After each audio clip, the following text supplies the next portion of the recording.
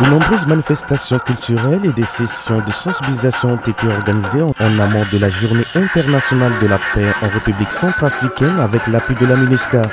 La clôture de cette édition, placée sous la houlette du Conseil national de la jeunesse, a été marquée par une cérémonie présidée par Aristide Briand-Reboisse, ministre chargé de la promotion de la jeunesse, des sports et de l'éducation civique, du docteur Jean-Laurent Sissa Magalé, ministre de l'enseignement supérieur, de Pamela Audrey-Derom, présidente du Conseil national de la jeunesse centrafricaine et de Josiane Tia, représentante de la chef de la MINUSCA.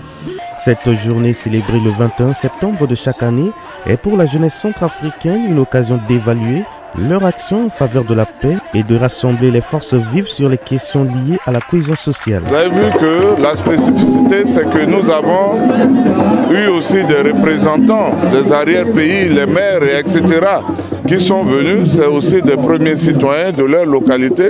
L'objectif, c'est de s'en approprier et mettre en place une culture pérenne de consolidation de paix, parce que quand on parle par exemple de consolidation de paix, il y a eu quand même des efforts. L'édition 2022 de cette journée, qui avait pour thématique nationale Mois de la jeunesse et de la paix en République centrafricaine, a été pour Pamela Derom, présidente du Conseil national de la jeunesse centrafricaine, l'occasion de plaider pour une plus grande participation des jeunes aux instances de décision.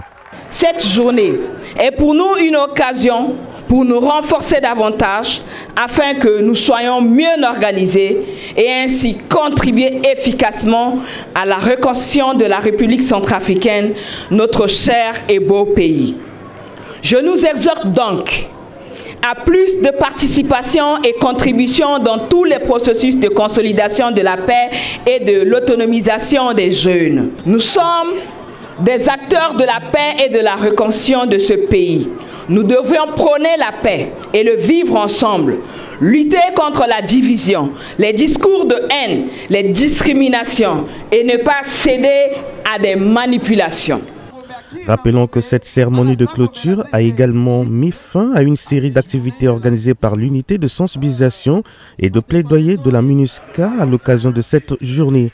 Ce sont entre autres une campagne de sensibilisation sur la sécurité routière au profit de 100 taxis-motos dans le 7e arrondissement de Bangui et un festival de musique au stade 20 000 places.